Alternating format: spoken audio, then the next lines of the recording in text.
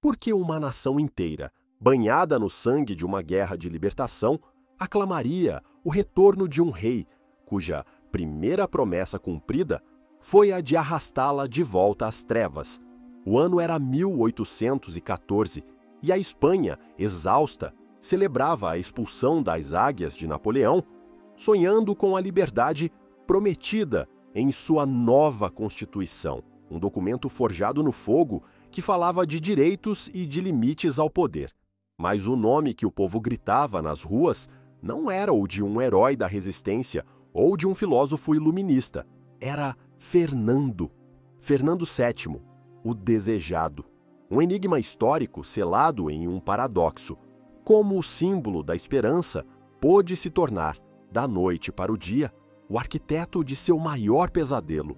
E porque os registros da época mostram liberais convictos, futuros mártires da repressão, assinando petições que exigiam o retorno do poder absoluto, como se implorassem por suas próprias correntes.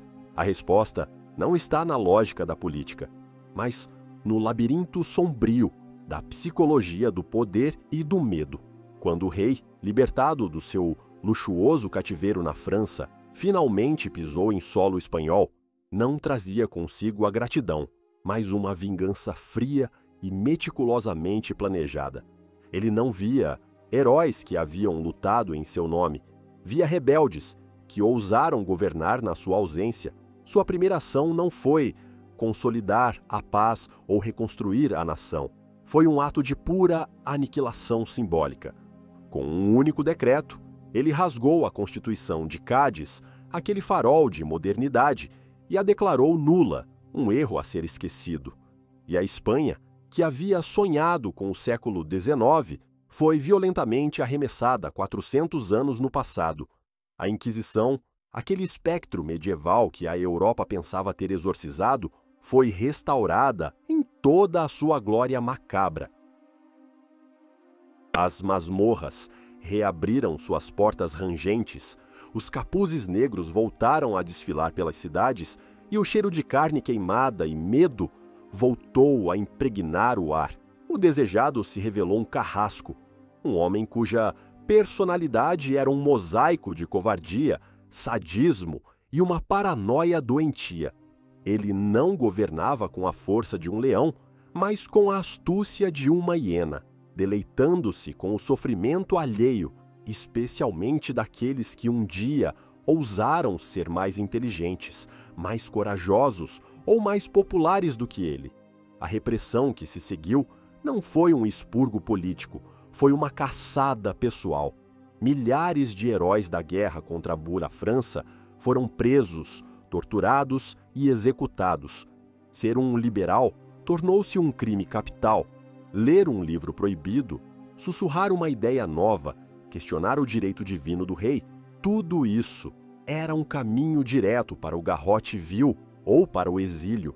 Você conseguiria manter sua humanidade se tivesse um poder onde cada um dos seus desejos é lei? Fernando não conseguiu. Ele transformou Madrid em um ninho de espiões. A delação tornou-se a principal moeda de troca social. Vizinhos denunciavam vizinhos, amigos traíam amigos, filhos entregavam os pais para provar sua lealdade a um regime que se alimentava da desconfiança.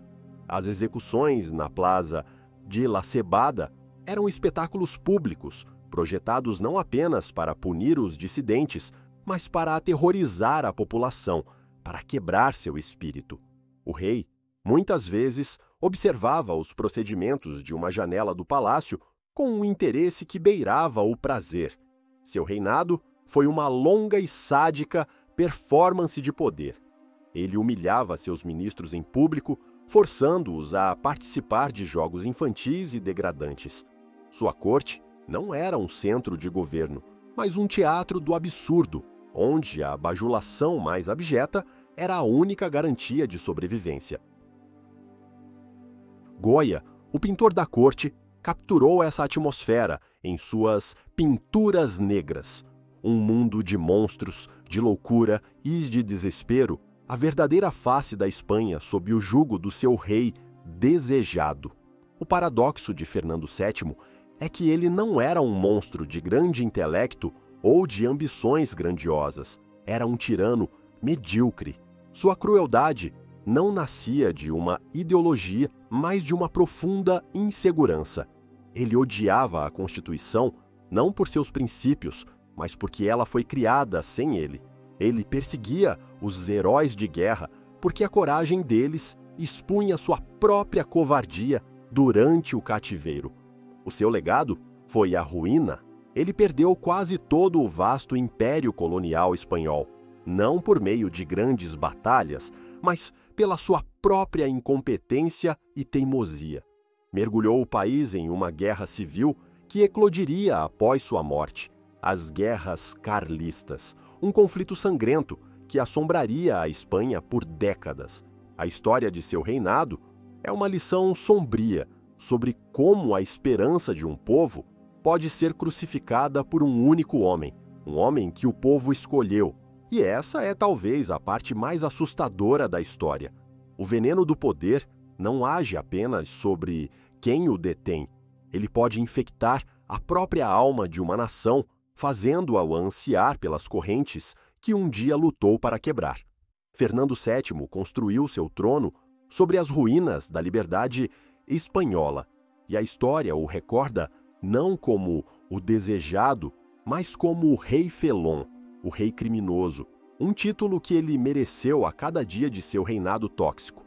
A tirania dele foi a vingança de um homem pequeno contra um mundo que ousou mudar sem sua permissão, uma crueldade nascida da pequenez, do medo do progresso, do ressentimento, uma toxicidade quase doméstica, mas que custou rios de sangue. Sua obsessão por controle era tão absoluta que ele criou uma polícia secreta, a Superintendência General de Vigilância Pública, cujo único propósito era erradicar qualquer vestígio de pensamento independente. Essa organização era o seu bisturi, cortando o tecido social da Espanha com precisão cirúrgica. Os métodos eram brutais. A tortura da garrucha, onde a vítima era suspensa pelos pulsos amarrados às costas, ou a do potro, uma estrutura de madeira usada para esticar o corpo, até o desmembramento, tornaram-se rotina nas prisões políticas. Os julgamentos, quando ocorriam, eram uma farsa. As acusações eram vagas, as provas forjadas e as sentenças escritas antes mesmo de o acusado entrar no tribunal. O exílio tornou-se a sorte dos afortunados. Para muitos, o destino era uma cova anônima. A tragédia se aprofundava ao observar a vida pessoal do rei.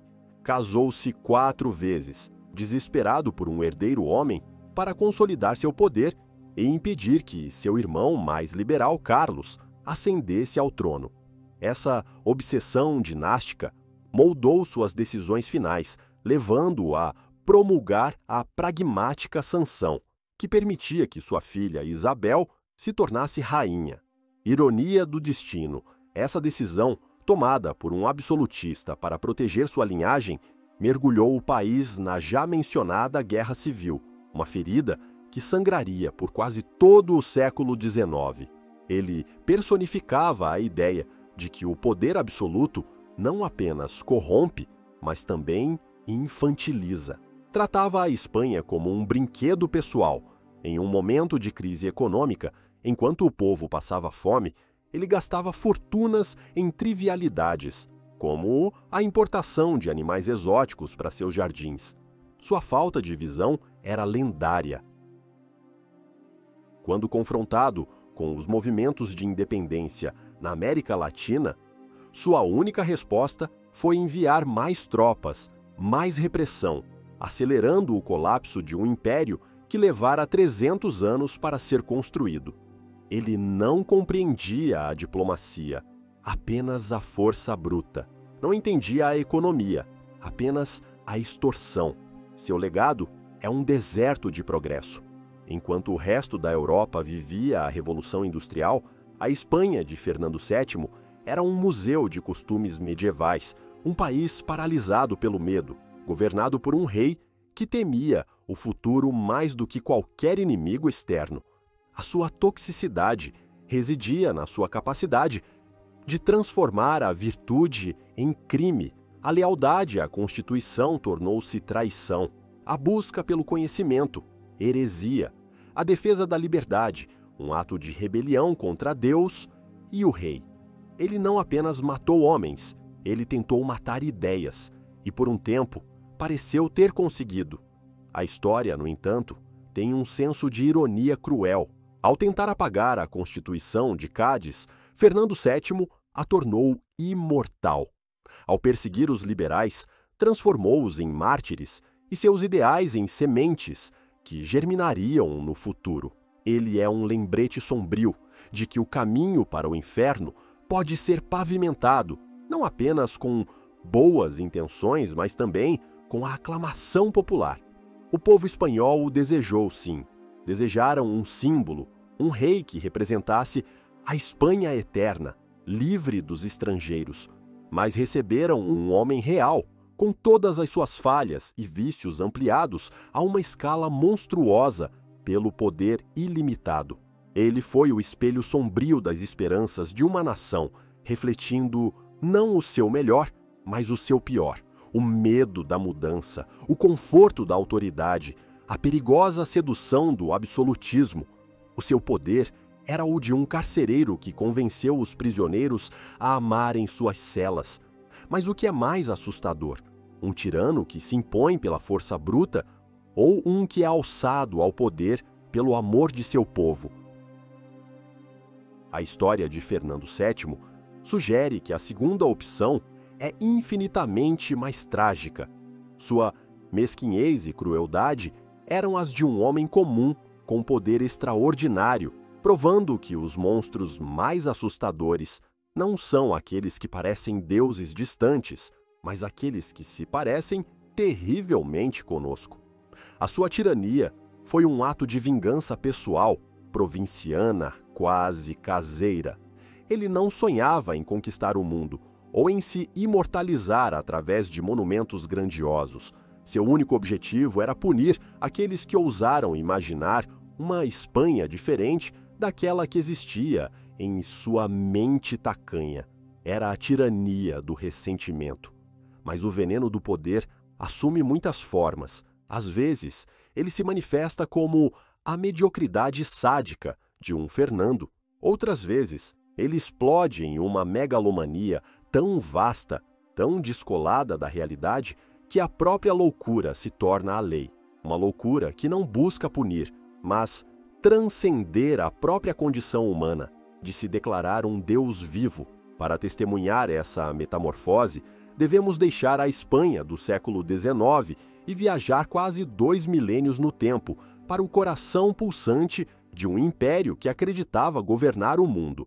Uma cidade onde um jovem imperador, inicialmente amado como um salvador, adoeceu de poder e arrastou Roma consigo para o abismo de sua própria mente delirante.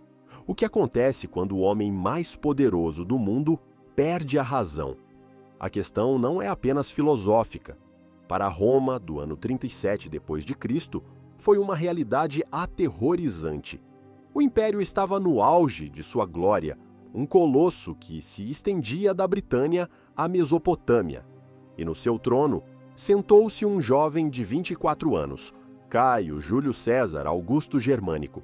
O povo não o conhecia por esse nome pomposo. Para as legiões e para as ruas, ele era Calígula, Botinha, um apelido carinhoso de infância dado pelos soldados de seu pai. Sua ascensão foi recebida com uma euforia sem precedentes. Ele era filho do amado general Germânico, herdeiro de uma linhagem divina.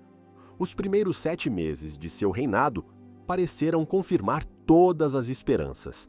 Ele libertou prisioneiros políticos, aboliu impostos injustos, organizou jogos e espetáculos grandiosos.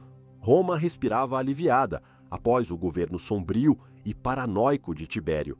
Calígula era o sol da manhã após uma longa noite. E então o sol se pôs, de repente.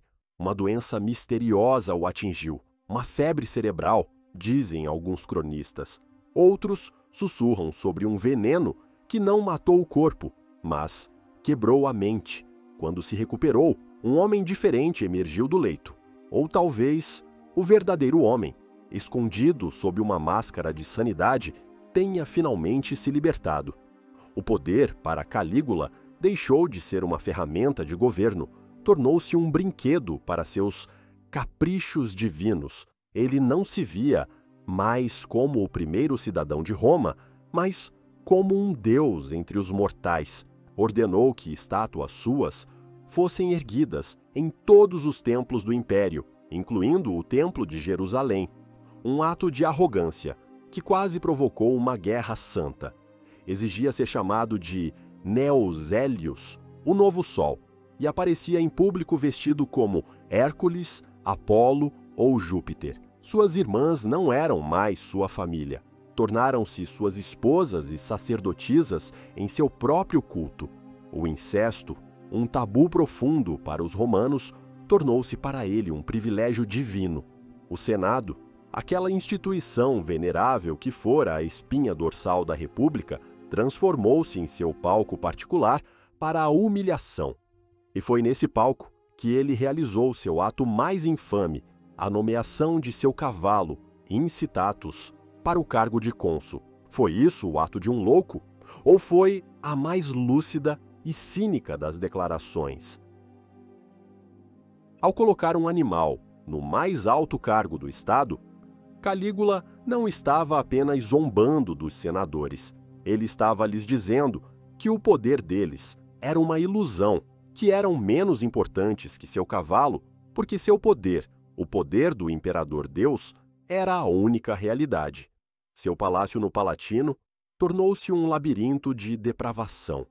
Ele o transformou em um bordel, forçando as esposas e filhas dos senadores a se prostituírem, enquanto ele assistia e comentava sobre seus desempenhos. As orgias eram lendárias, banquetes extravagantes, onde a comida mais exótica era servida, enquanto execuções eram realizadas para entretenimento dos convidados. A crueldade tornou-se sua forma de arte.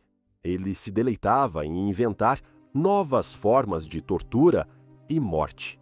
Uma de suas frases favoritas, citada pelo historiador Suetônio, era "Oderint dum metuam", que me odeiem, contanto que me temam.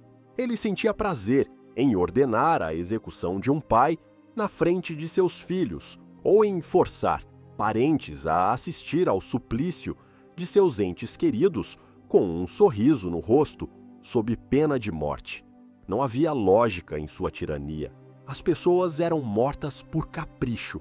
Um homem podia ser executado por ser muito bonito, ofuscando o imperador, ou por ser calvo, um lembrete de sua própria calvície iminente. Ele ordenou que metade da plateia em um jogo fosse jogada às feras, porque estava entediado. O tesouro que herdara foi esvaziado em menos de um ano em projetos absurdos, como a construção de uma ponte de barcos de 3 quilômetros através da Baía de Nápoles, apenas para que ele pudesse cavalgá-la de um lado para o outro. Você se sentiria seguro em um mundo onde a lei é o capricho de um louco? Os romanos não se sentiam. O medo era constante. Ninguém estava a salvo. O senador que o aplaudia hoje poderia ser o alvo de sua ira amanhã. A guarda pretoriana, a elite que deveria proteger o imperador, vivia sob a mesma sombra de terror. Calígula via conspirações em toda parte. Ele confiava em ninguém. A sua megalomania atingiu o clímax quando ele declarou guerra a Netuno, o deus do mar. Levou suas legiões até a costa do Canal da Mancha. Ordenou que os soldados atacassem as ondas com suas espadas e recolhessem conchas como espólios de guerra do oceano. Para os soldados, aquilo deve ter sido uma cena de loucura surreal. Para Calígula, era uma afirmação de seu poder sobre a própria natureza. Ele não era apenas um governante, ele era uma força cósmica. A história de Calígula é aterrorizante, não porque ele era um monstro, mas porque o sistema romano permitiu que seu monstro interior se tornasse a política de Estado. O poder absoluto não apenas o corrompeu, ele o divinizou em sua própria mente, apagando a fronteira entre a realidade e a fantasia. Seu reinado foi um pesadelo de 4 anos, que só terminou da maneira que poderia terminar, com sangue. A própria guarda pretoriana, liderada por Cássio Quereia, um oficial que Calígula humilhava constantemente por sua voz fina, conspirou contra ele. No dia 24 de janeiro do ano 41, Calígula foi encurralado em uma passagem subterrânea do palácio e esfaqueado mais de 30 vezes. Sua esposa e sua filha pequena também foram assassinadas para extinguir a linhagem do monstro. O Senado, por um breve momento, sonhou em restaurar a República, mas era tarde demais. O veneno do poder absoluto já havia se infiltrado profundamente no sistema. O poder não ficou vago por muito tempo. Os pretorianos, vagando pelo palácio, encontraram o tio de Calígula, Cláudio, escondido atrás de uma cortina, tremendo de medo, e ali mesmo o proclamaram o novo imperador. A lição de Calígula foi clara. Um único homem, investido de poder ilimitado e sem freios, poderia transformar o maior império da Terra em seu hospício particular. O problema não era apenas o homem, mas o trono em que ele se sentava. Sua loucura, no entanto, era impulsiva, teatral, quase artística em sua perversidade. Era o terror nascido de um ego em colapso. Mas a história nos ensina que existe uma forma de crueldade ainda mais assustadora, uma crueldade que não nasce da loucura, mas do cálculo frio, uma crueldade que não é um espetáculo, mas uma ferramenta política afiada e precisa. Para encontrar essa forma de terror, precisamos deixar o mármore de Roma e viajar 1400 anos no futuro para as florestas escuras e frias da Valáquia, onde um príncipe transformaria o ato de matar em um sistema de governo e seu nome em uma lenda de horror imortal. A crueldade calculada pode ser uma arma mais eficaz do que a fúria de um louco? No século XV, a Valáquia era uma terra espremida entre 2 gigantes, o Reino da Hungria e o crescente Império Otomano. Era um ninho de víboras de intrigas boiardas, traições e alianças frágeis. Para governar ali, um príncipe precisava ser mais do que um guerreiro, precisava ser um predador. E em 1456, o predador mais implacável de todos subiu ao trono. Seu nome era Vlad III. A história o conheceria por outro nome, Drácula. Filho de Vlad Dracul, membro da Ordem do Dragão, ele herdou um reino em caos. Sua infância e adolescência foram forjadas no fogo da política brutal. Passou anos como refém político na corte otomana, onde aprendeu em primeira mão tanto a arte da guerra quanto a psicologia do medo. Ele viu como o poder do sultão era absoluto, como a obediência era extraída não pelo amor, mas pelo terror. E ele nunca esqueceu essa lição. Ao retornar à Valáquia, seu objetivo era único e absoluto: impor a ordem. A ordem sobre os boiardos traiçoeiros que haviam assassinado seu pai e seu irmão mais velho. A ordem sobre os ladrões e mendigos que infestavam o país. E a ordem contra a ameaça constante dos otomanos. Seu método para alcançar essa ordem foi igualmente singular: o empalamento. O empalamento não era uma invenção de Vlad.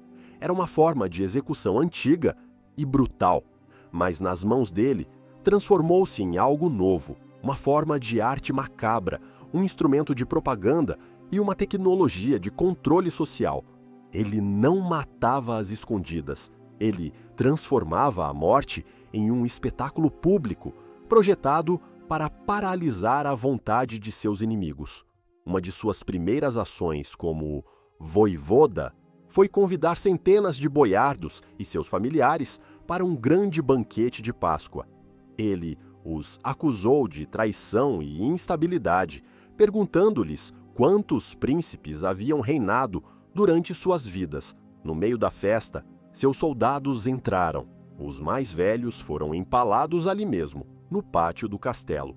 Os mais jovens foram forçados a marchar por quilômetros até as ruínas de uma fortaleza e a reconstruí-la com as próprias mãos, trabalhando até a morte.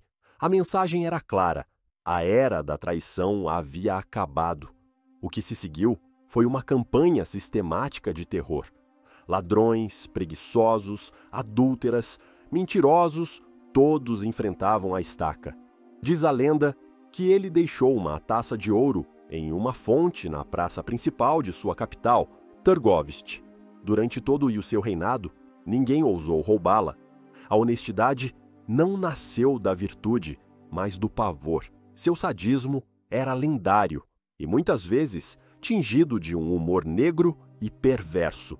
Ele jantava em meio a florestas de corpos empalados, deleitando-se com o espetáculo de sua agonia, que podia durar dias. Dizia-se que ele mergulhava o pão no sangue de suas vítimas.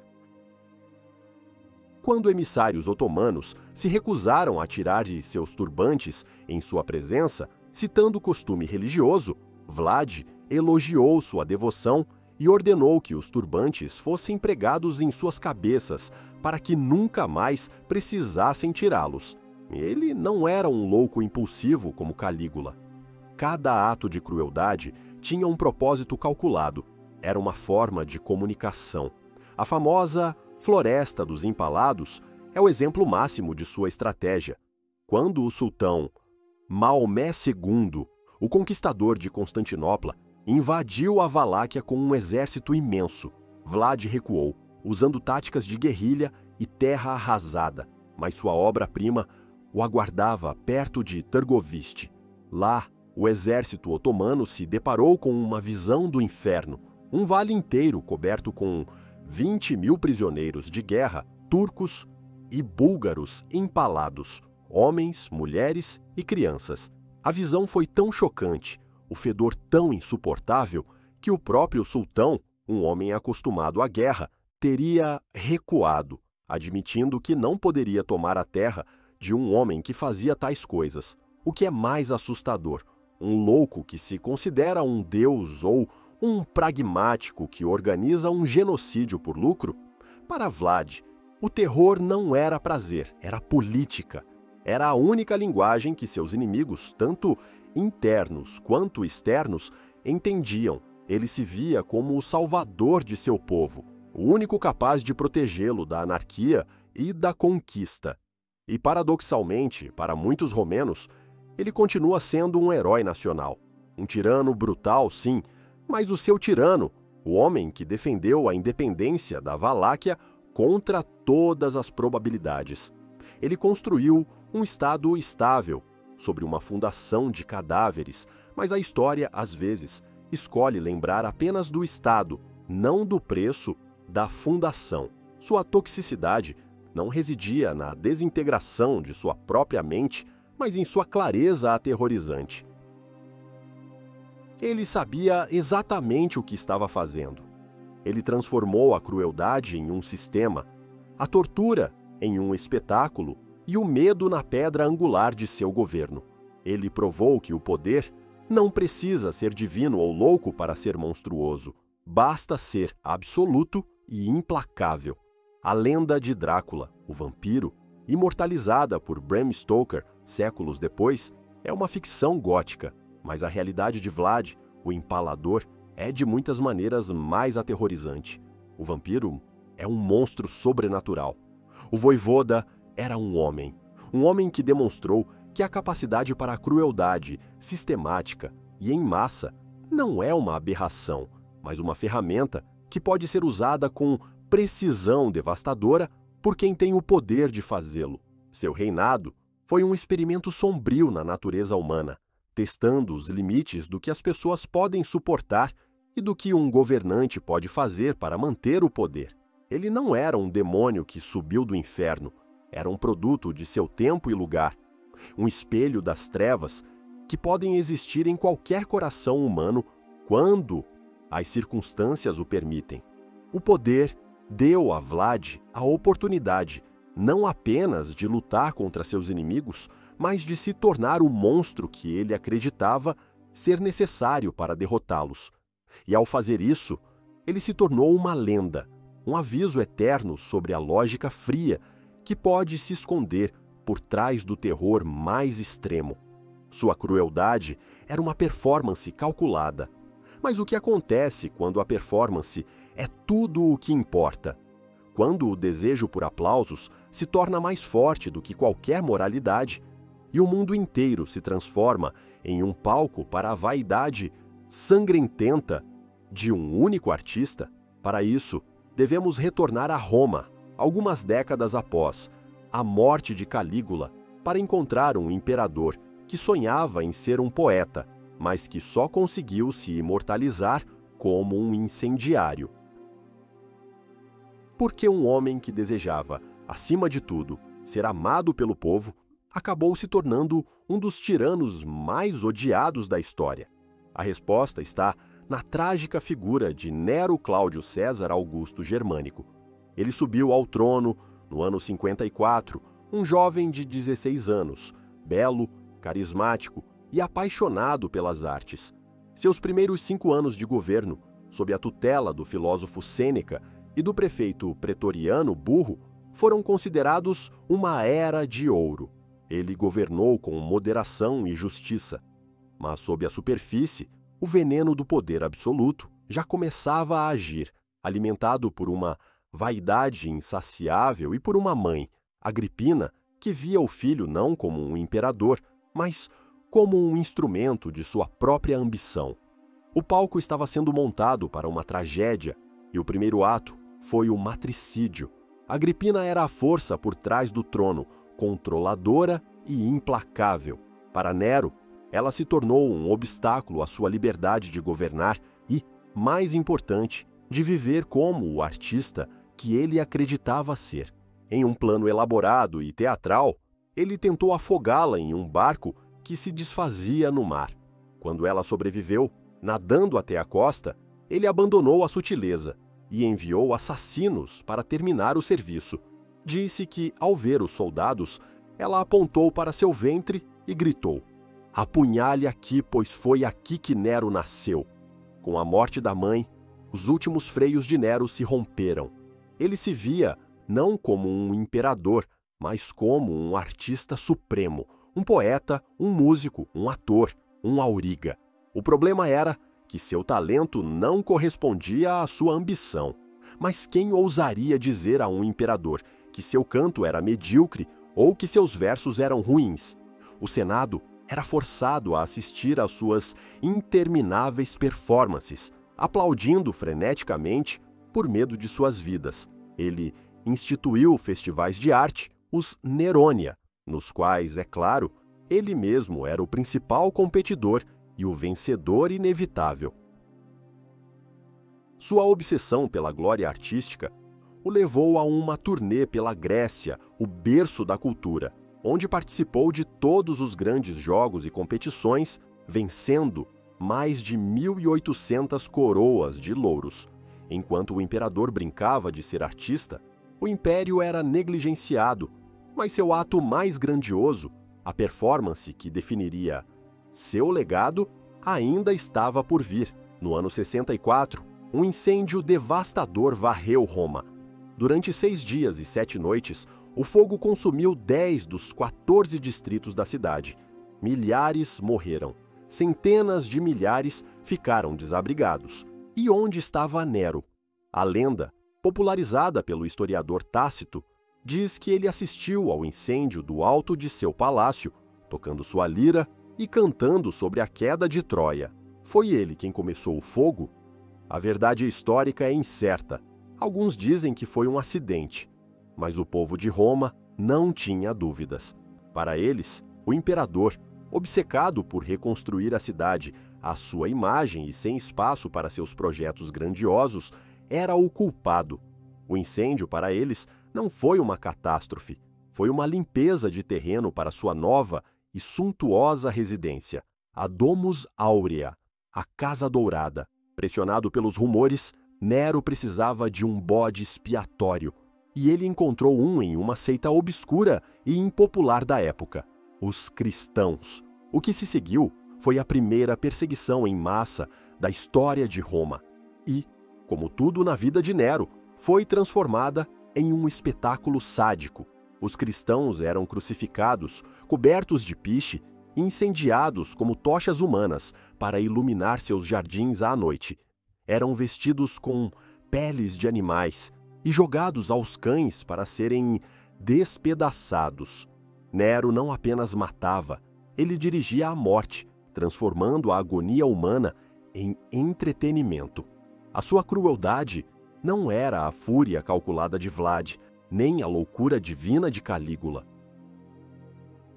Era a crueldade de um esteta pervertido, um artista que encontrava beleza na dor alheio. O poder absoluto deu a Nero a capacidade de transformar o mundo inteiro em seu palco pessoal e todos os seus súditos em meros figurantes em seu drama sangrento. Sua vida pessoal era um reflexo de seu reinado. Ele assassinou sua primeira esposa, Otávia, e sua segunda esposa, Popeia. Ele a teria matado com um chute durante uma discussão enquanto ela estava grávida. Mais tarde, atormentado pela culpa, ele encontrou um jovem eunuco chamado Esporo, cuja semelhança com Popeio era impressionante. Nero o castrou, o vestiu com as roupas da imperatriz morta e casou-se com ele em uma cerimônia pública. Era a performance final de um homem cuja identidade havia se dissolvido completamente em suas próprias fantasias. Ele não era um imperador, um marido ou um homem. Ele era um ator desempenhando papéis cada vez mais bizarros. O reinado de Nero terminou como começou, com traição e sangue. As legiões se revoltaram, o Senado o declarou inimigo público. Abandonado por todos, ele fugiu de Roma e, incapaz de tirar a própria vida, teve que pedir a seu secretário para apunhalá-lo. Suas últimas palavras, segundo a lenda, foram "Qualis artifex pereo", que artista morre em mim. Mesmo na morte, sua vaidade permaneceu intacta. Ele não se via como um tirano, mas como um gênio incompreendido. Nero é o exemplo supremo do narcisismo tóxico no poder. Um homem criança que nunca cresceu, cujos desejos e caprichos, que em uma pessoa comum seriam inofensivos, tornaram-se catástrofes nacionais quando sustentados pelo poder imperial. Ele queimou Roma e sua própria alma por um único motivo: a busca desesperada por aplausos. E agora, uma pausa para reflexão. Vimos a loucura teatral de Nero, um homem que transformava execuções em arte. Mas o que é realmente mais perigoso? Um monstro que se deleita abertamente com sua crueldade, ou um artista que a justifica como uma busca pela beleza? Diga-nos nos comentários qual forma de mal o assusta mais. Sua escolha nos ajuda a entender a natureza do medo. A grandiosidade do mal de Nero, com sua estética de fogo e sangue, contrasta fortemente com formas mais mesquinhas e patéticas de tirania. Sua maldade era operística, mas a história está repleta de tiranos cujas ações não foram impulsionadas por uma visão artística distorcida ou por uma loucura divina, mas por uma combinação muito mais humana e desprezível de ganância, inveja e incompetência. Para encontrar um arquétipo desse tipo de governante tóxico, devemos viajar para o norte, para a Inglaterra do século XIII. Lá, um rei subiu ao trono não por direito ou mérito, mas por acidente e traição. Um rei cujo apelido dado por seu próprio pai predizia seu legado: sem terra, e cuja série de fracassos humilhantes, paradoxalmente, deu à luz um dos maiores símbolos de liberdade da história da humanidade. Pode um rei, completamente inepto e universalmente desprezado, se tornar involuntariamente o pai da liberdade. A história de João, rei da Inglaterra, é um dos maiores paradoxos do poder. Ele foi o filho mais novo de Henrique II e Leonor da Aquitânia, uma criança que cresceu à sombra de seus irmãos mais velhos e mais famosos, especialmente Ricardo Coração de Leão. Não se esperava que ele herdasse terras ou títulos significativos, daí o apelido João Sem Terra. Essa posição subalterna forjou nele um caráter marcado por um profundo ressentimento, inveja e uma sede de poder insaciável. Sua vida antes do trono foi uma sucessão de traições. Ele conspirou contra seu pai, conspirou contra seu irmão Ricardo, enquanto este estava nas cruzadas. Quando finalmente se tornou rei em 1199, após a morte de Ricardo, ele trouxe consigo não a majestade, mas a mesquinhez de um homem que passou a vida inteira se sentindo em segundo lugar. Seu reinado foi uma catástrofe contínua, uma aula magna sobre como não governar. Em termos militares, ele foi um desastre. Perdeu quase todos os vastos territórios franceses da coroa inglesa, incluindo a Normandia, o ducado ancestral de seus antepassados. Suas tentativas de reconquistá-los resultaram em derrotas humilhantes e custosas que lhe renderam outro apelido nada lisonjeiro, Espada Mole. Mas sua toxicidade se manifestava mais plenamente em seu governo doméstico. João era ganancioso a um nível patológico. Ele via a Inglaterra não como um reino a ser governado, mas como uma propriedade a ser explorada para seu enriquecimento pessoal. Impôs impostos escorchantes sobre seus barões, inventando novas taxas e multas por qualquer pretexto.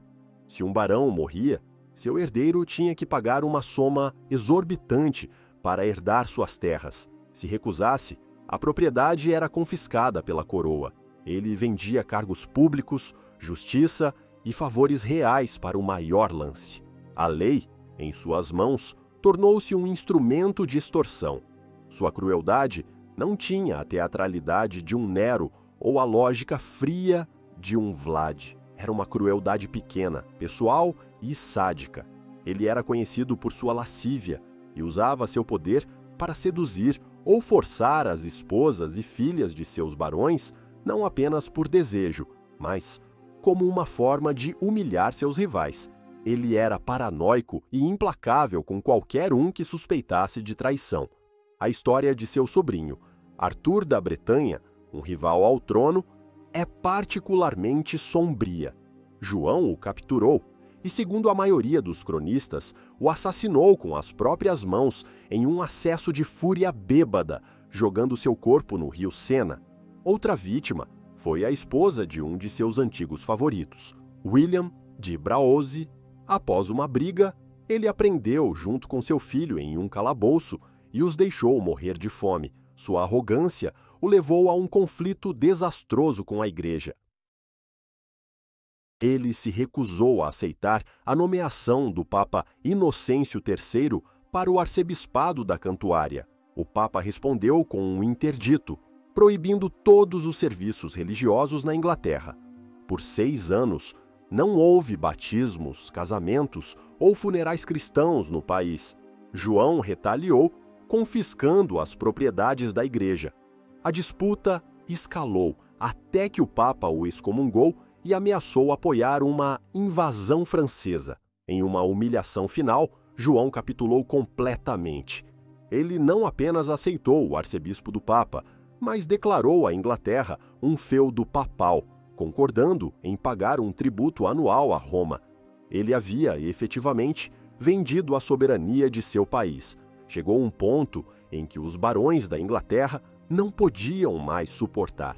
Eles não estavam lutando por ideais abstratos de liberdade, estavam lutando por sua sobrevivência contra um rei que os estava arruinando e humilhando. Em 1215, eles se revoltaram, encurralaram o rei em um prado chamado Runnymede e o forçaram a assinar um documento. Esse documento era a Magna Carta. A Magna Carta não foi, originalmente, uma declaração de direitos humanos universais. Era um contrato feudal, projetado para proteger os privilégios dos barões contra um rei predador. Mas continha sementes revolucionárias. A cláusula mais famosa declarava que nenhum homem livre poderia ser preso, exilado ou privado de seus bens, senão pelo julgamento legal de seus pares ou pela lei da terra. Pela primeira vez, um rei inglês concordava por escrito que seu poder não era absoluto, que ele estava sujeito à lei. João não tinha intenção de cumprir suas promessas. Assim que os barões se dispersaram, ele repudiou a carta e mergulhou o país em uma guerra civil, mas era tarde demais. A ideia havia sido plantada. João morreu no ano seguinte, de disenteria em meio à guerra, um final inglório para um rei inglório. Seu filho, Henrique III, foi forçado a remitir a Magna Carta, que se tornou parte da lei inglesa. O paradoxo de João sem terra é que sua própria tirania, sua incompetência e sua maldade criaram as condições para o surgimento de um dos maiores avanços na história do governo constitucional. Se ele tivesse sido um rei um pouco melhor, um tirano um pouco mais inteligente, a Magna Carta poderia nunca ter sido escrita. Seu legado é uma prova de que, às vezes, o progresso não nasce da virtude dos líderes, mas da resistência à sua toxicidade. Ele foi um rei fracassado, um vilão de contos de fadas tornado real, cuja ganância e crueldade eram tão extremas que forçaram uma nação a reimaginar a natureza do poder. A liberdade, neste caso, não foi um presente de um governante iluminado, mas um direito arrancado das mãos de um dos piores reis da história. Ele não era um monstro grandioso que sonhava em redefinir o mundo. Era apenas um homem fraco e ganancioso que, por acidente do nascimento, recebeu um poder que não sabia como usar, a não ser para satisfazer seus próprios apetites mesquinhos. A fraqueza de um rei forçou seus súditos a se tornarem fortes. Mas o que acontece quando o oposto é verdadeiro? Quando um rei forte e inteligente, um reformador em potencial, se entrega a uma paranoia tão profunda que decide consolidar seu poder não através da lei, mas através de um terror de Estado tão absoluto que faz os caprichos de João parecerem brincadeira de criança. Para isso, viajamos para o leste, para a vastidão gelada da Rússia do século XVI, para a corte do primeiro homem a se autodenominar czar, um homem cujo epíteto, o terrível, mal começa a descrever as profundezas de sua escuridão. Pode um homem ser, ao mesmo tempo, um santo e um demônio, um reformador brilhante e um sádico paranoico? A vida de Ivan IV da Rússia é um mergulho nesse abismo. Coroado como Grão-Príncipe de Moscou aos 3 anos e como o primeiro czar de todas as Rússias aos 16, sua juventude foi um pesadelo de intrigas palacianas, traições e violência. Ele viu boiardos rivais lutarem pelo poder, envenenarem sua mãe e desrespeitarem sua autoridade. Essa infância forjou nele uma desconfiança profunda e uma sede de poder absoluto para garantir sua sobrevivência. Os primeiros anos de seu reinado, no entanto, foram surpreendentemente promissores.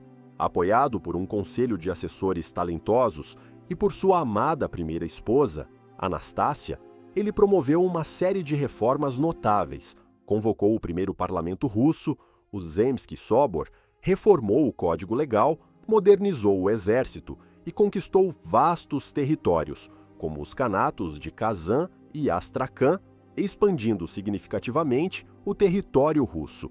Ele era visto como um governante justo, piedoso e visionário. A Rússia parecia estar entrando em uma nova era de ouro. E então, como com Calígula, algo se quebrou. Em 1560, Anastácia morreu. Ivan ficou convencido de que ela havia sido envenenada pelos boiardos. Sua dor se transformou em fúria e sua desconfiança em uma paranoia galopante. Ele começou a ver traidores em toda parte. Seus amigos e conselheiros mais próximos foram exilados ou executados. A virada final ocorreu em 1564, quando ele executou um ato de teatro político sem precedentes. Abandonou Moscou e ameaçou abdicar, deixando o país sem líder. A população, aterrorizada com a perspectiva do caos, implorou para que ele voltasse. Ele concordou, mas com uma condição: que lhe fosse concedido poder absoluto para punir os traidores como bem entendesse, sem a interferência da igreja ou do conselho de boiardos. Assim nasceu a Oprichnina. A Oprichnina foi uma das criações mais bizarras e aterrorizantes da história do poder. Ivan dividiu a Rússia em duas partes. Uma, a Zemshina, continuaria a ser administrada pelas instituições tradicionais. A outra, a Oprichnina, tornou-se seu domínio pessoal, um estado dentro do estado. Para policiar seu novo domínio, ele criou uma guarda pessoal de 6.000 homens, os Oprichnik. Vestidos de preto, montando cavalos negros, eles carregavam como insígnia uma cabeça de cachorro, simbolizando sua lealdade canina ao czar, e uma vassoura para varrer a traição da Rússia. Eles se tornaram seu esquadrão da morte. O que se seguiu foi uma década de terror indescritível. Os Oprichnik tinham licença para saquear, estuprar e matar qualquer um que o czar considerasse um traidor. Terras foram confiscadas, famílias nobres foram exterminadas. As execuções em Moscou se tornaram espetáculos públicos de uma crueldade inimaginável. As vítimas eram fritas em panelas gigantes, esfoladas vivas, empaladas ou despedaçadas por ursos. E o czar, Ivan, muitas vezes participava pessoalmente das torturas. Sua religiosidade profunda e ortodoxa não o impedia de cometer atrocidades. Pelo contrário, parecia alimentá-las. Ele via a si mesmo como um instrumento da ira de Deus, purificando a Rússia do pecado da traição através do fogo e do sangue. Em seu quartel-general, uma fortaleza sombria perto de Moscou, ele e seus Oprichnik viviam como uma ordem monástica profana, alternando entre longas sessões de oração e orgias de depravação e tortura. O clímax do terror da Oprichnina veio em 1570, com o massacre de Novgorod. Convencido de que a cidade-estado, rica e orgulhosa, estava conspirando para se aliar à Polônia-Lituânia, Ivan marchou com seu exército de Oprichnik. Por 5 semanas, a cidade foi sistematicamente destruída. Dezenas de milhares de homens, mulheres e crianças foram torturados e mortos. Eram jogados em rios congelados, queimados vivos, amarrados a trenós e arrastados pela cidade. Novgorod, um dos maiores centros culturais e econômicos da Rússia, foi transformada em uma cidade fantasma. A pergunta que ecoa através dos séculos é: Ivan era louco? Ou era um político calculista, usando o terror como uma ferramenta para esmagar a oposição e construir um Estado centralizado e autocrático? A resposta, provavelmente, é ambos. Sua paranoia era real, mas a forma como ele a canalizou foi politicamente estratégica. A Oprichnina destruiu o poder da antiga nobreza boiarda, permitindo que Ivan consolidasse um poder pessoal sem precedentes. Ele forjou a autocracia russa no fogo do terror. Ivan, o Terrível, construiu um Estado centralizado sobre uma fundação de crânios, mas a história lembra apenas do Estado, não do preço da fundação. Sua toxicidade era de uma natureza profundamente pessoal e espiritual. Ele lutava não apenas contra inimigos externos, mas contra os demônios de sua própria alma, e projetava essa luta em seu país inteiro. O O episódio mais trágico de sua vida ilustra perfeitamente essa fusão de fúria pessoal e poder estatal. Em um acesso de raiva durante uma discussão, ele golpeou seu filho e herdeiro, também chamado Ivan, na cabeça com seu cetro de ferro. O jovem morreu dias depois. O czar, que havia matado milhares sem piscar, foi consumido por uma dor genuína e avassaladora. Mas era tarde demais. Ele havia destruído seu próprio futuro e o futuro de sua dinastia. O reinado de Ivan, o Terrível, é uma lição sobre como a paranoia de um único homem pode se tornar a política de uma nação. Ele transformou a Rússia, dando-lhe uma forma autocrática que perduraria por séculos, mas o fez a um custo humano terrível. O medo tornou-se o principal instrumento de governo de um país imenso. Seu terror era explícito, teatral e brutal, uma tempestade de fogo que varreu a terra. Mas existe uma forma de medo mais sutil, mais silenciosa. O medo que não vem da espada do carrasco, mas do sussurro do espião. O medo que vive não em praças de execução, mas nos corredores escuros do poder, onde uma teia de intrigas é tecida com fios de chantagem e traição. Para encontrar o mestre dessa arte sombria, devemos viajar para a França do século XV, para o reinado de um rei que raramente usava uma coroa, mas que era, talvez, o governante mais temido de sua época. Um rei apelidado de a Aranha Universal, o que é mais eficaz para manter o poder, o terror aberto de um carrasco ou a teia silenciosa de um mestre de espiões? Luís X, primeiro da França, oferece uma resposta inquietante. Ele subiu ao trono em 1461, herdando um reino ainda enfraquecido e fragmentado pela longa Guerra dos 100 Anos. A nobreza, especialmente os poderosos duques da Borgonha, agia como reis em seus próprios domínios, desafiando abertamente a autoridade da coroa. Luís não era um rei no molde tradicional. Ele desprezava o brilho e a pompa da corte, as justas e os torneios. Vestia-se com roupas simples, quase como um comerciante, e sua aparência era descrita como insignificante. Mas por trás dessa fachada modesta, escondia-se uma das mentes políticas mais brilhantes, astutas e implacáveis de sua era. Sua arma não era a espada, mas a informação. Ele é considerado o pai da diplomacia moderna, mas também o arquiteto de um estado policial primitivo. Enquanto seus inimigos confiavam em exércitos, Luís confiava em espiões. Ele construiu uma vasta rede de agentes que se infiltravam em todas as cortes da Europa, em cada castelo nobre da França. Ele sabia dos planos de seus inimigos antes mesmo que eles os pusessem em prática. Sua política externa não se baseava em guerras de conquista que ele considerava caras e arriscadas, mas em uma teia complexa de subornos, alianças secretas, tratados e traições. Ele financiava os inimigos de seus inimigos, semeava a discórdia entre seus rivais e esperava pacientemente que eles se destruíssem. Por isso, foi apelidado de a Aranha Universal. Ele ficava no centro de sua teia, sentindo cada vibração, puxando cada fio, esperando o momento certo para atacar.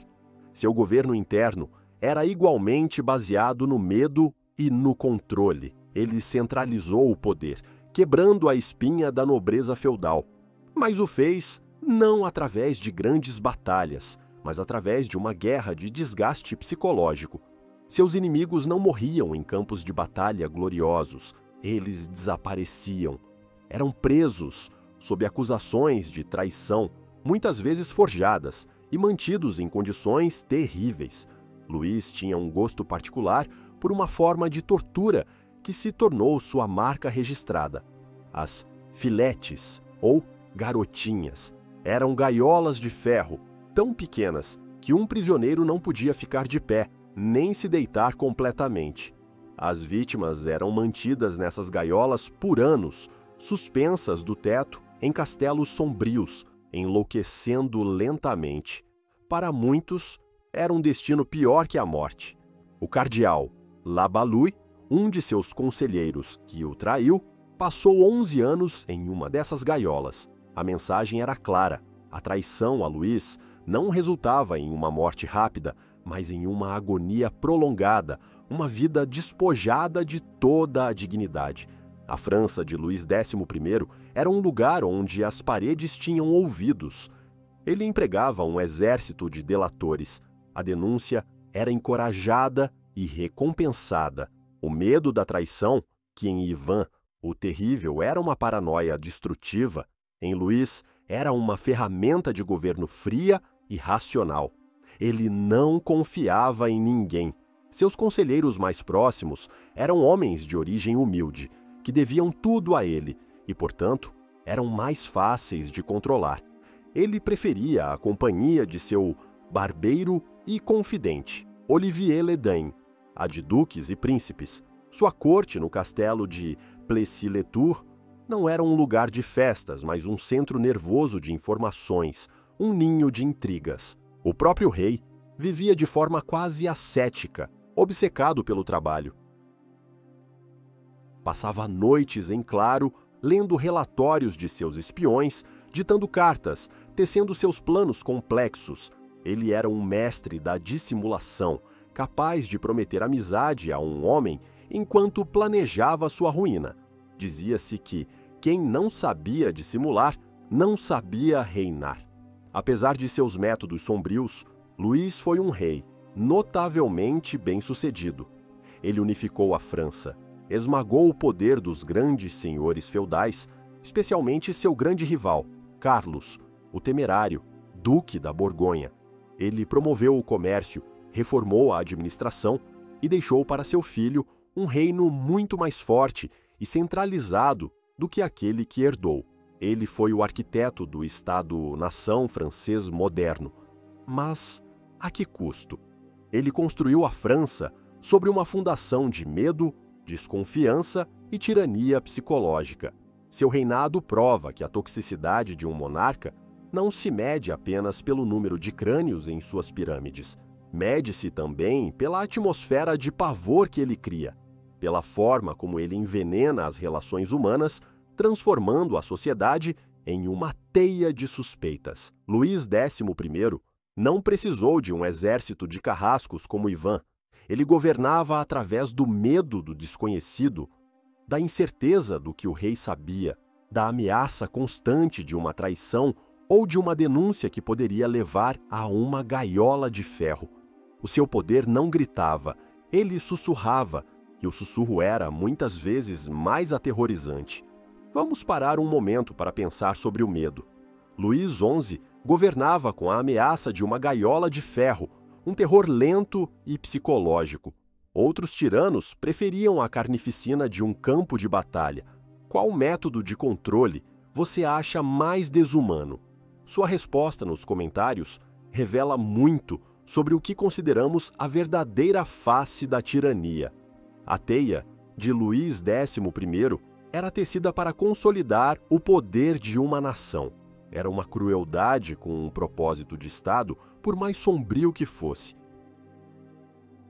Mas o que acontece quando a crueldade e a ganância não servem a nenhuma nação, a nenhum propósito ideológico, mas apenas ao enriquecimento pessoal de um único homem? E quando essa ganância é mascarada por uma fachada de filantropia e civilização? A história nos leva agora ao final do século XIX, a era do colonialismo europeu. Um rei, frustrado por governar um país pequeno e neutro, voltou seus olhos para o coração da África. Seu nome era Leopoldo II da Bélgica, e ele estava prestes a transformar um vasto território em seu gulag privado, cometendo um dos maiores genocídios da história, não em nome de Deus ou da glória, mas em nome do lucro. A era dos tiranos medievais parecia ter passado, mas Leopoldo provaria que a modernidade poderia criar um monstro ainda mais eficiente e desumano. Como um rei europeu, em uma era que se orgulhava de seu progresso e civilidade, pôde orquestrar a morte de cerca de 10 milhões de pessoas em segredo. A história de Leopoldo II e do Estado Livre do Congo é um dos capítulos mais sombrios e hipócritas da história humana. No final do século XIX, a África era um tabuleiro de xadrez para as potências europeias na chamada Partilha de África. A Bélgica, um país pequeno e relativamente novo, não tinha um império colonial, para a grande frustração de seu ambicioso rei, Leopoldo. Impedido de expandir seu poder na Europa, ele viu na Bacia do Congo, uma vasta e inexplorada região no coração da África, a sua oportunidade. Mas ele não podia simplesmente conquistá-la.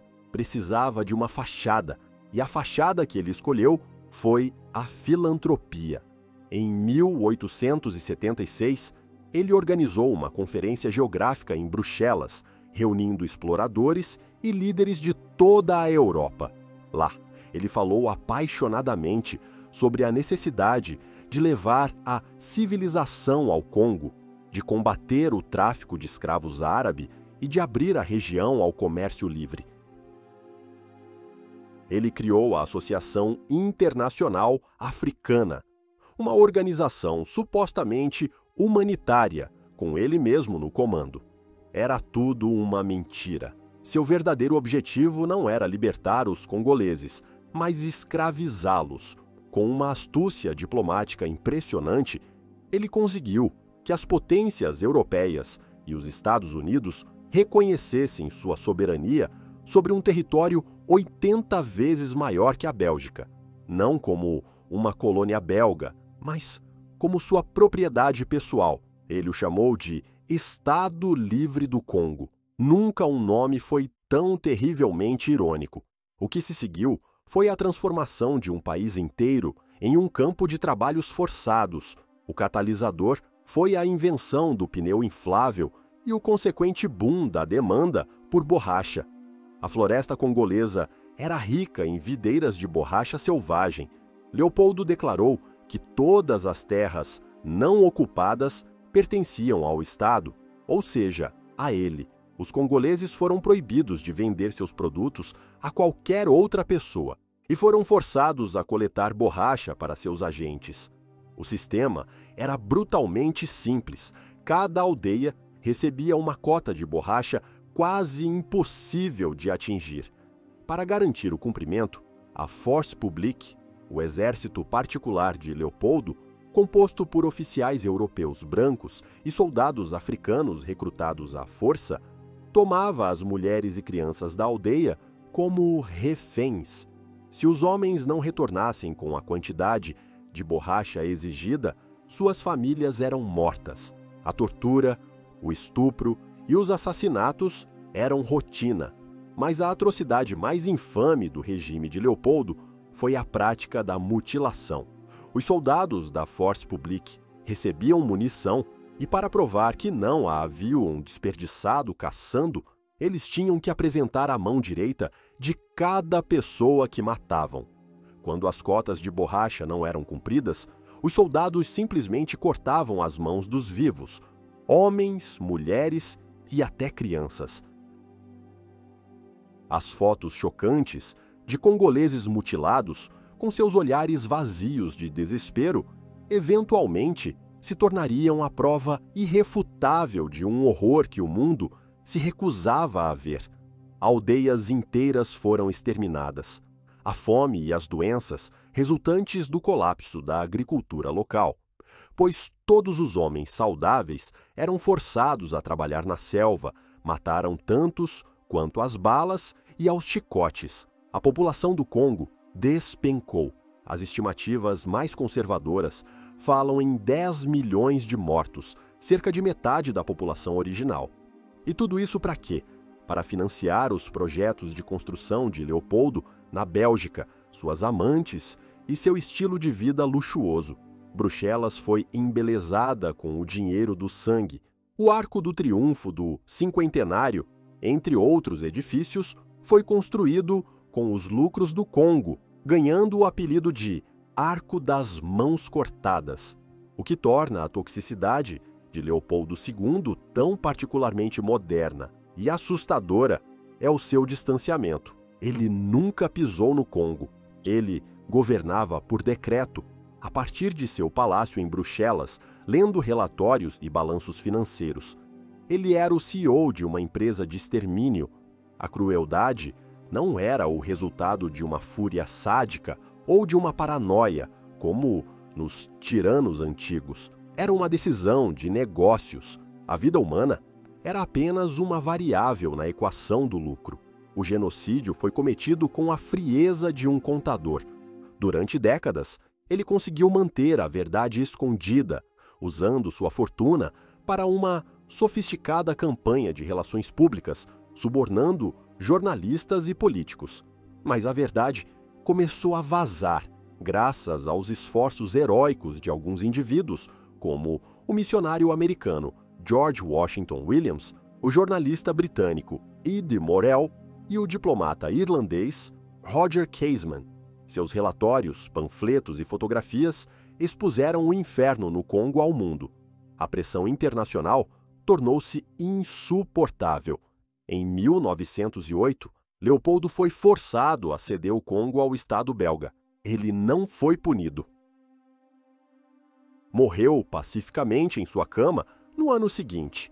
Antes de entregar a colônia, ele queimou os arquivos do Estado Livre do Congo, em uma tentativa de apagar seus crimes da história. A história de Leopoldo II é um aviso terrível sobre como a ganância, protegida pela distância e pela hipocrisia, pode gerar um mal em uma escala industrial. Ele não era um louco babando, mas um cavalheiro respeitável, um rei constitucional em seu próprio país. E essa é a lição mais perturbadora. Os monstros não usam sempre coroas e armaduras. Às vezes, eles usam ternos e cartolas. O veneno do poder, na era moderna, pode ser administrado não com um punhal, mas com a caneta que assina uma ordem, a milhares de quilômetros de distância. A ganância calculista de Leopoldo contrasta com a tirania nascida de paixões mais viscerais. O que acontece quando a política de um Estado não é ditada pela lógica fria do lucro, nem pela paranoia, mas pelos desejos e medos mais íntimos de um rei.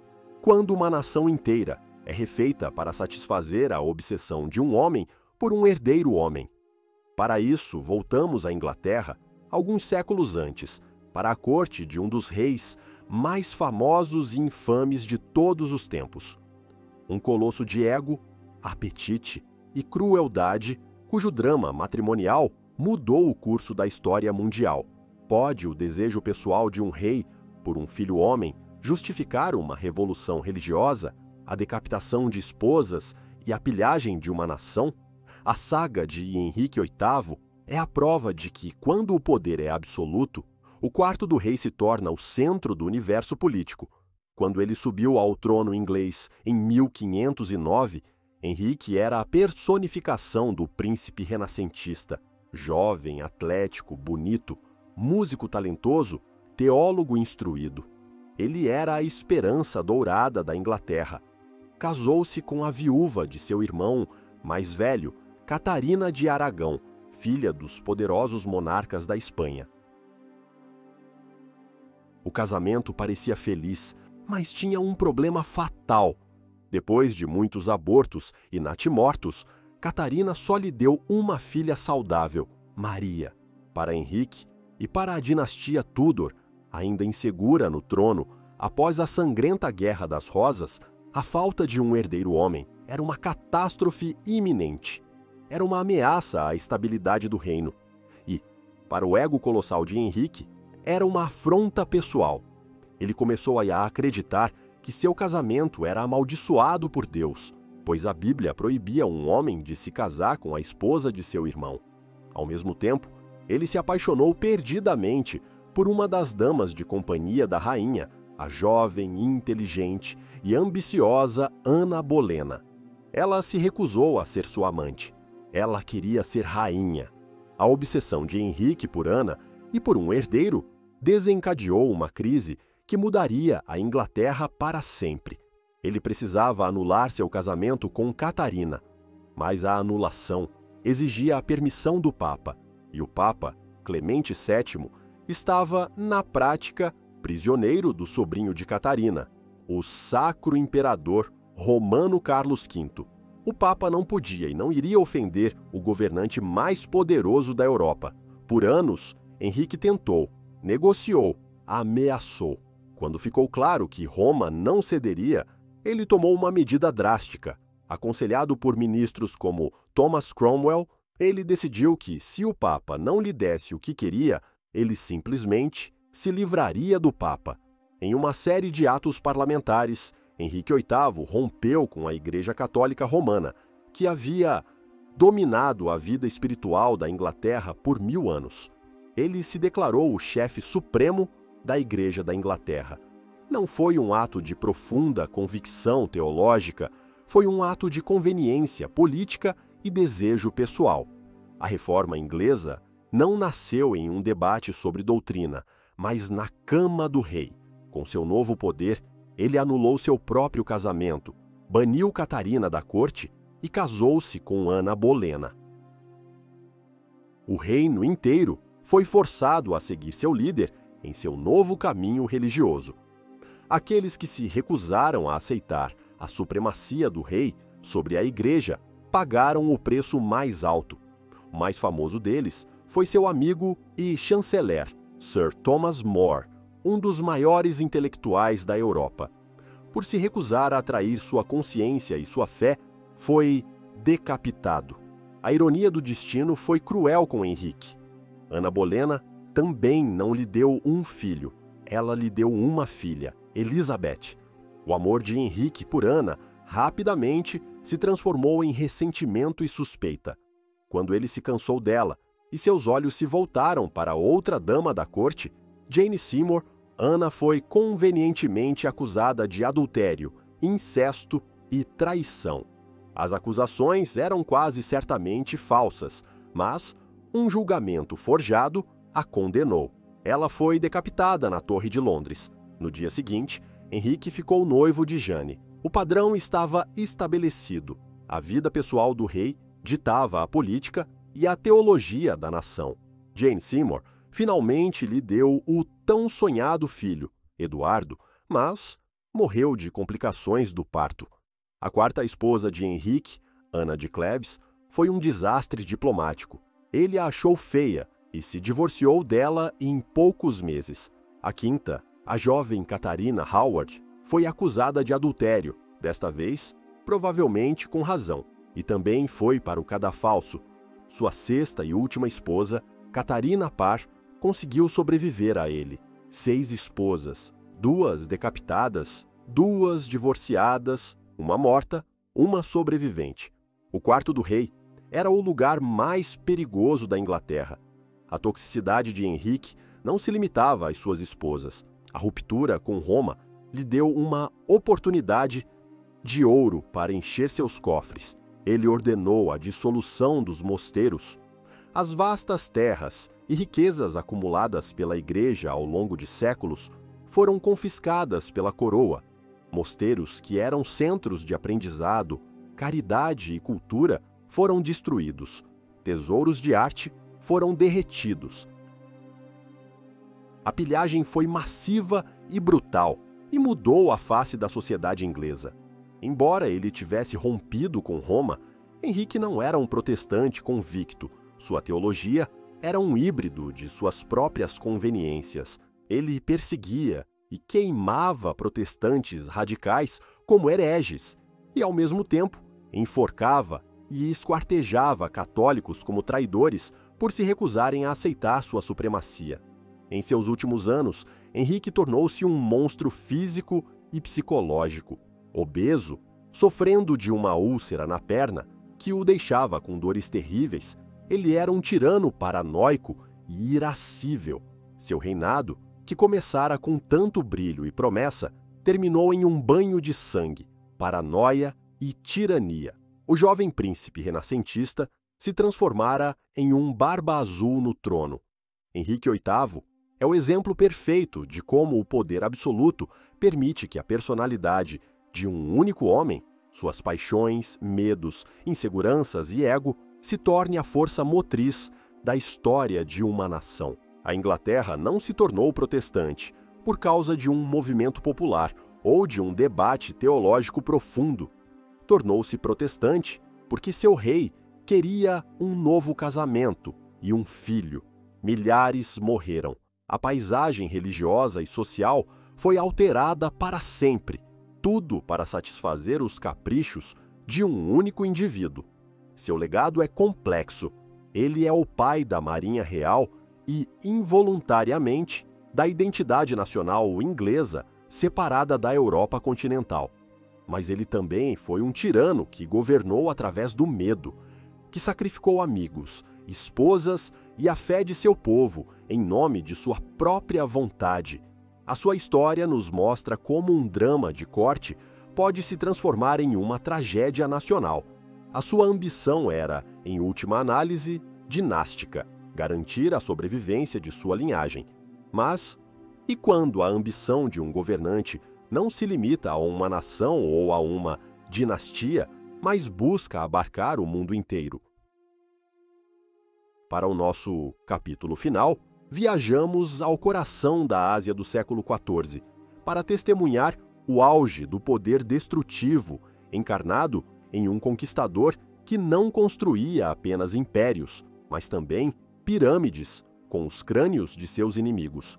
Existe uma forma de crueldade que transcende a política, a religião e a ganância pessoal, tornando-se uma força da natureza, uma tempestade de destruição que varre o mundo? Para encontrar a resposta, devemos olhar para a figura de Timur, também conhecido como Tamerlão. No final do século XIV, o vasto império mongol de Gengis Khan havia se fragmentado. A Ásia Central era um caldeirão de reinos em guerra. Foi desse caos que emergiu um líder de uma tribo turco-mongol menor. Ele não era descendente direto de Gengis Khan, um pré-requisito para o título de Khan. Era coxo de uma perna e tinha um braço paralisado, resultado de ferimentos de juventude. Mas sua mente era uma arma formidável e sua vontade de ferro. Timur não se via como um mero conquistador. Ele se via como o flagelo de Deus, enviado para punir um mundo pecador. E ele cumpriu essa missão autoimposta com uma ferocidade que chocou até mesmo uma era acostumada à violência.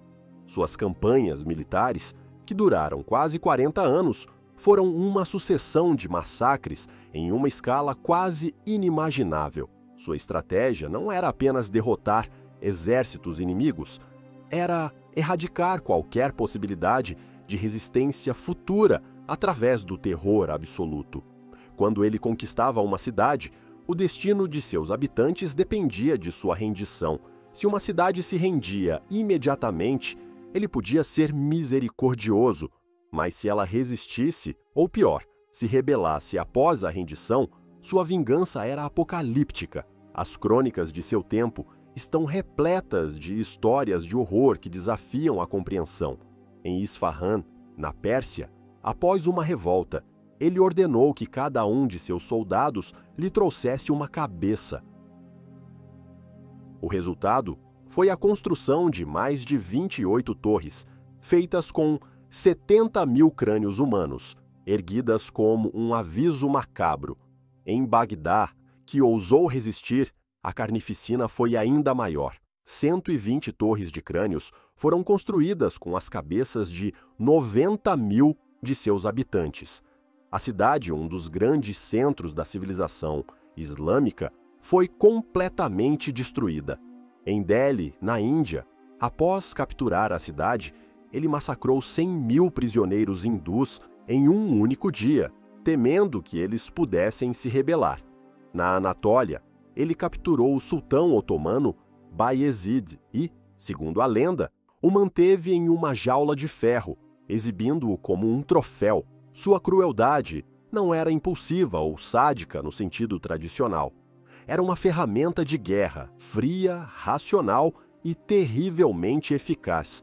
Ele entendia a psicologia do medo melhor do que ninguém.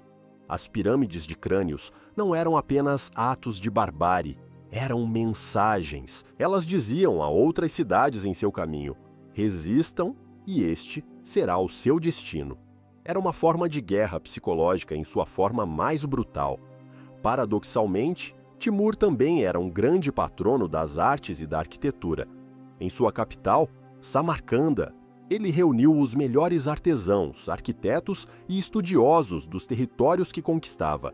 Ele destruía cidades e, com seus destroços e talentos, construía uma capital magnífica, um oásis de beleza em meio a um império construído sobre ossos.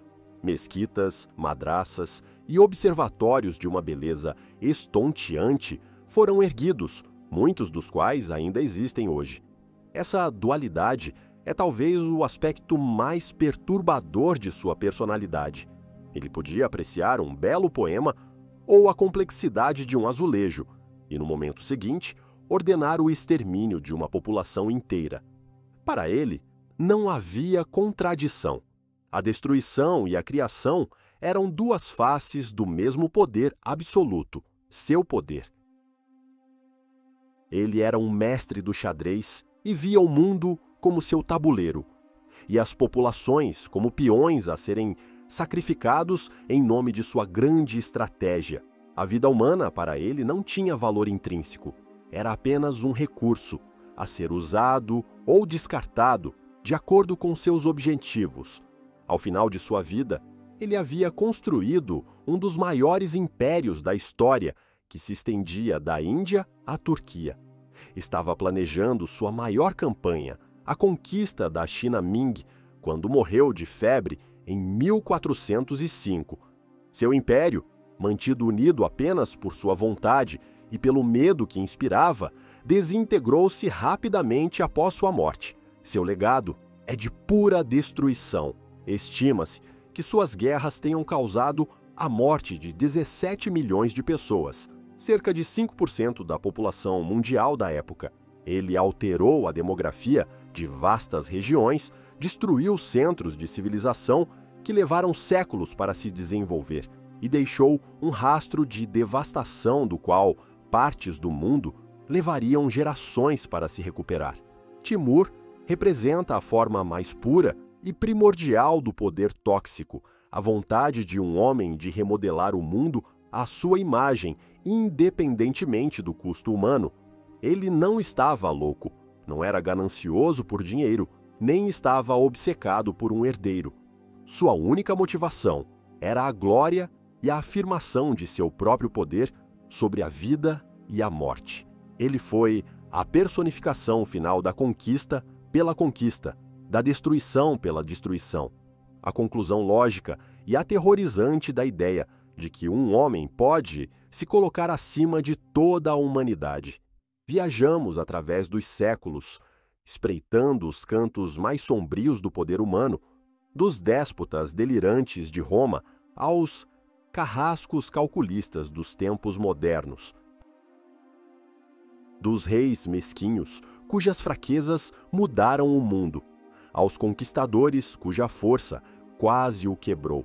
Vimos o poder como um veneno que deforma a mente, como uma ferramenta de controle, como um catalisador para a ganância, a paranoia e a vaidade. Mas esse veneno desapareceu da Terra? Ou ele apenas trocou sua coroa por um terno de grife, seu cetro por um algoritmo e seu castelo por uma torre de vidro? Diga-nos, o que você acha que é mais perigoso para o nosso mundo contemporâneo? A tirania aberta de um indivíduo, visível a todos em seus decretos e exércitos, ou a manipulação oculta de milhões, silenciosa e invisível, que molda nossos pensamentos sem que percebamos? Escreva sua resposta nos comentários. É crucial entendermos qual medo nos assombra mais hoje em dia.